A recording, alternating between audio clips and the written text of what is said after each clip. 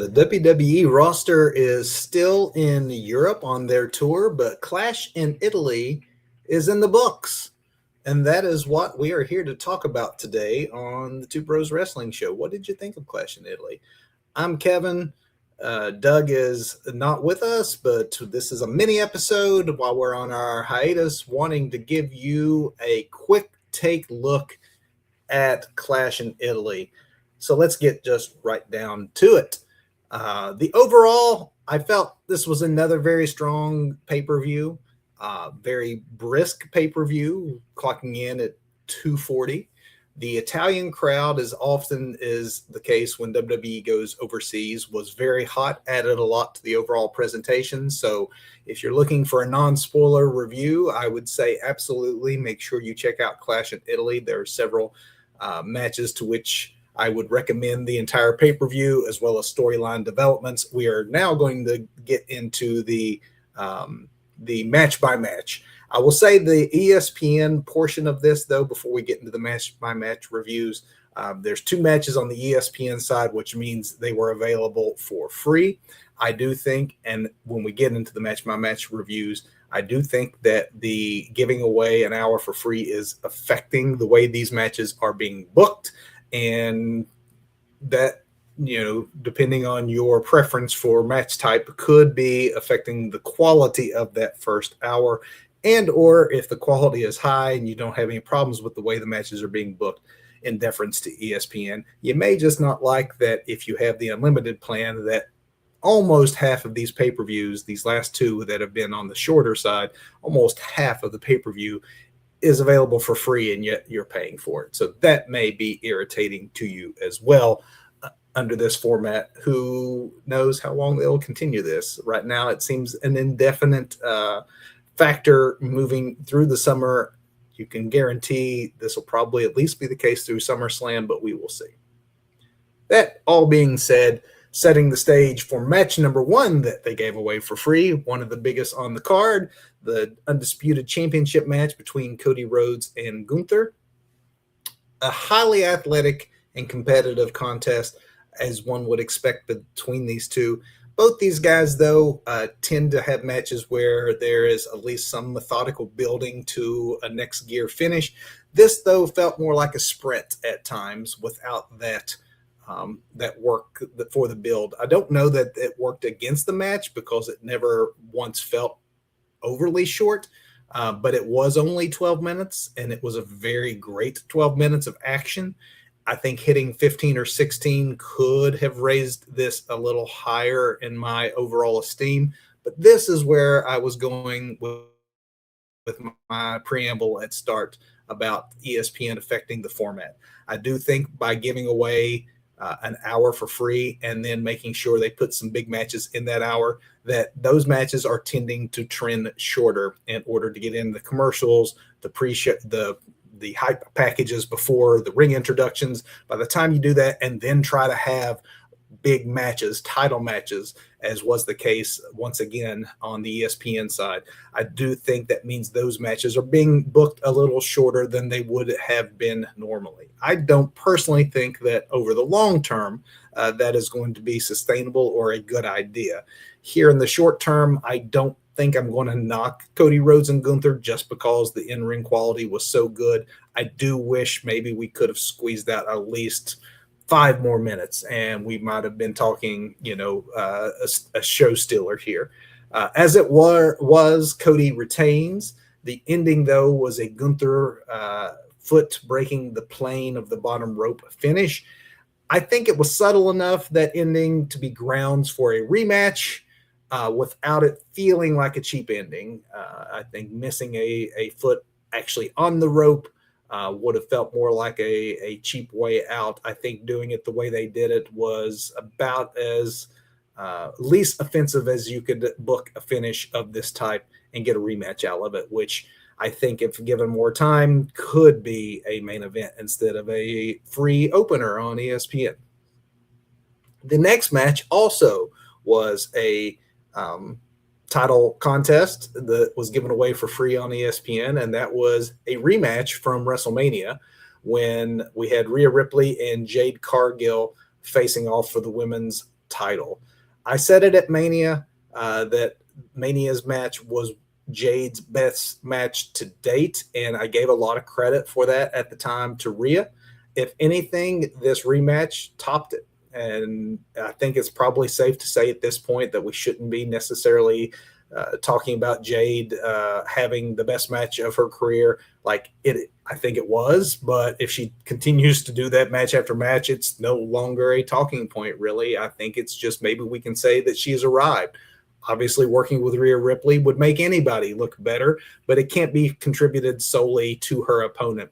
I think Jade deserves a lot of credit for the advancement she's made under the WWE system compared to her AEW days, and something seems to have finally clicked with her. I'm sure working with Rhea has helped build her confidence as well as her skill sets.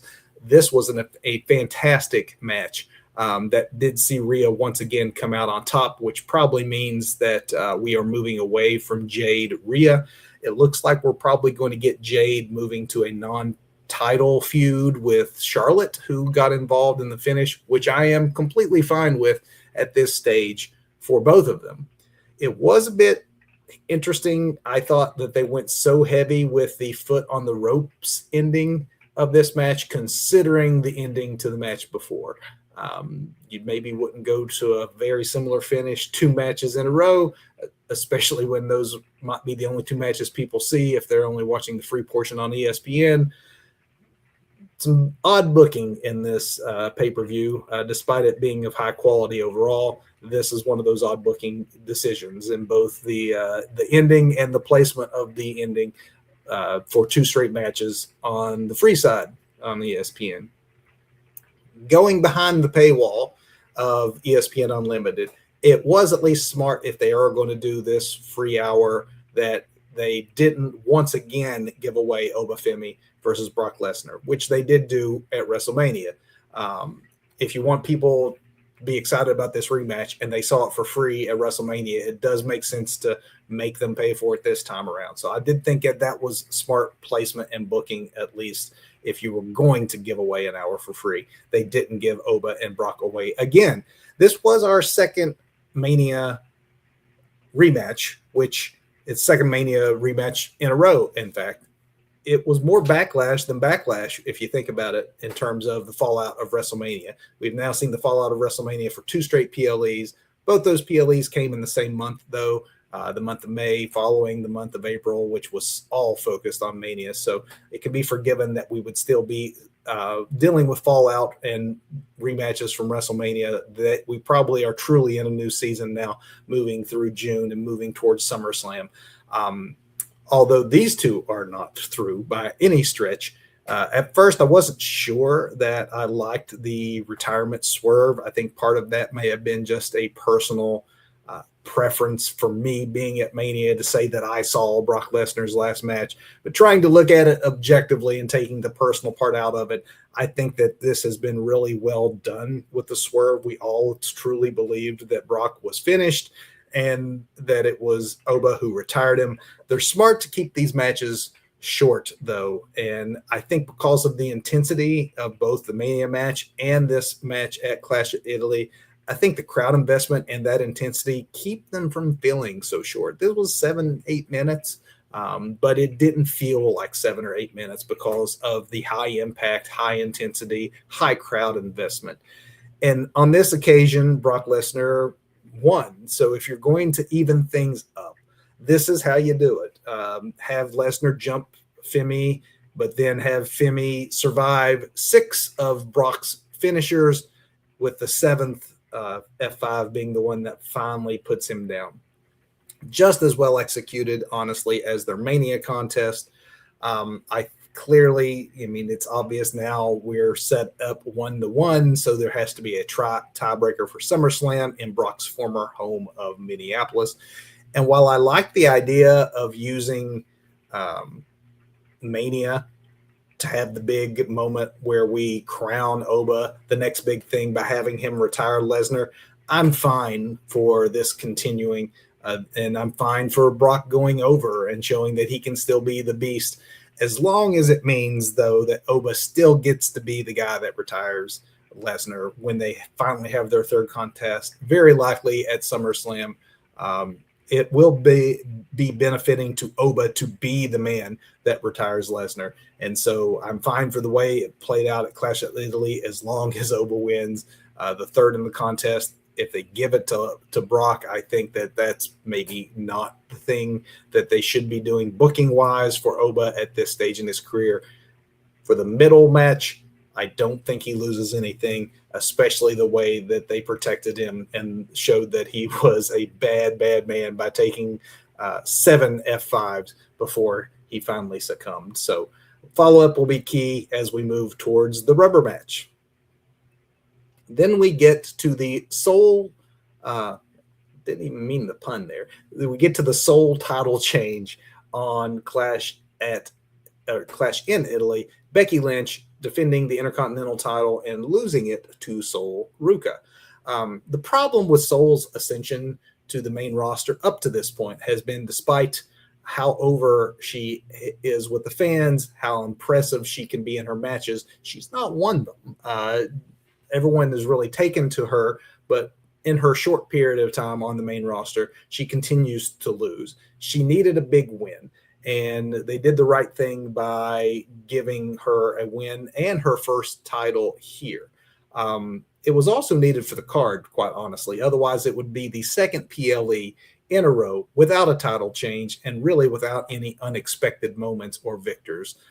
You could have beforehand looked at this card and pretty much predicted how it was going to go. You might have questioned whether or not Becky or Sol would go over here. And that's good to not necessarily go into a card knowing or expecting all the winners in advance. It's more fun to have a few surprises. I wouldn't count this as a total surprise, but it was nice to see the title change, and it was needed, and it was a good match overall, despite some early botches. For all the talent that Sol has in her, she does tend to occasionally rush things, so I think that she still has some things to learn.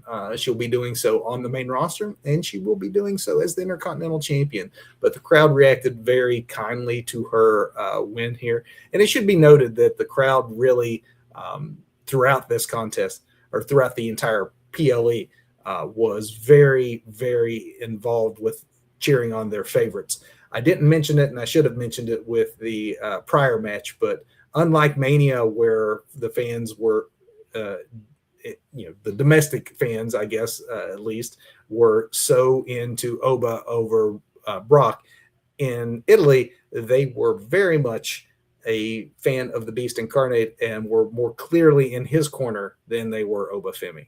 Not sure what to make of that, other than the different talents in WWE appealing differently depending on what part of the world you are in. It wasn't surprising that they were maybe more pro Gunther than your average crowd, considering his roots there in Austria. But yes, definitely in this contest, when there wasn't any regional favorites when it comes to Becky and Sol, they were very clearly for the upcomer. So she is catching on for sure. And this is a good way of crowning her. Becky loses nothing. I know she didn't hold the Intercontinental title very long, but where she goes from here, I'm sure will be very entertaining as she heads towards SummerSlam. We've got to give her something to do. Intercontinental title, probably a bit below where Becky is in her career, and might work her back up into a main event or a more personal, contest. We do have to have a payoff, by the way. And before I get to the main event, one last thing about this match is there does need to be some sort of payoff in the ongoing feud between Becky and Jessica Carr, the referee.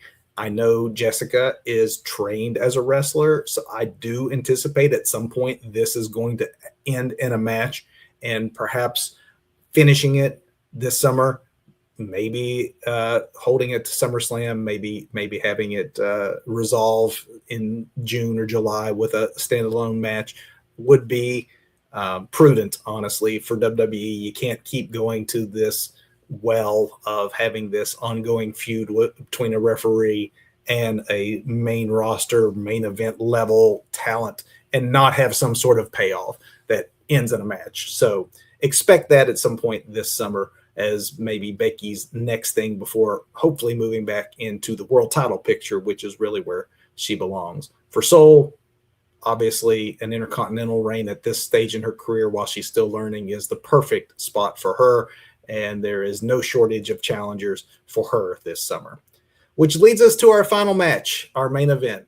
Roman Reigns versus Jacob Fatu for the World Heavyweight title in a Tribal Combat Rules match.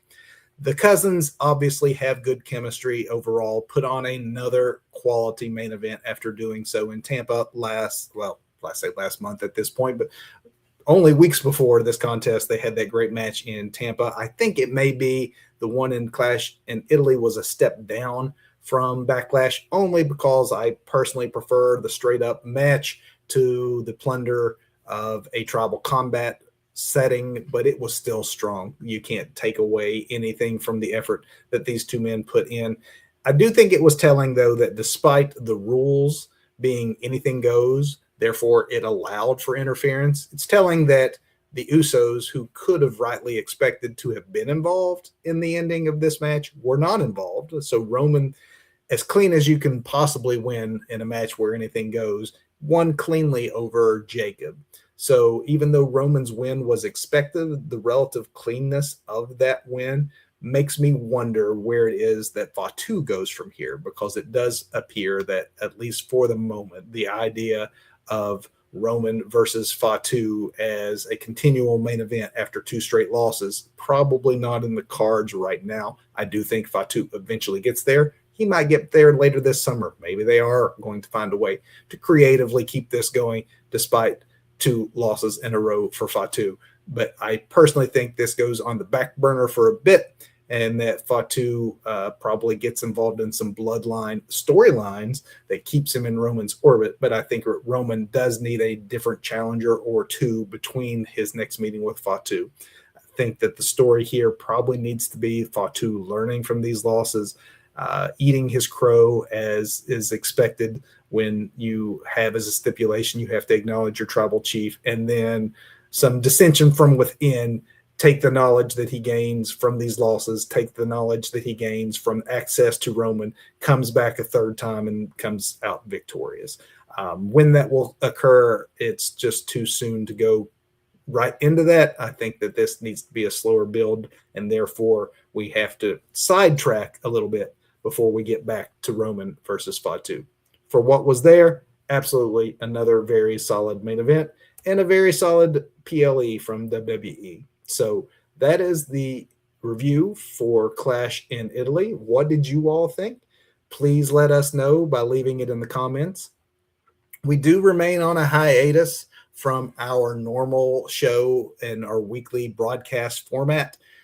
Keep track, though, on all of our socials for additional content and for when we'll be coming back to that normal cadence and content. Until that time, though, this is Kevin, and I thank you for tuning in to the Two Bros Wrestling Show.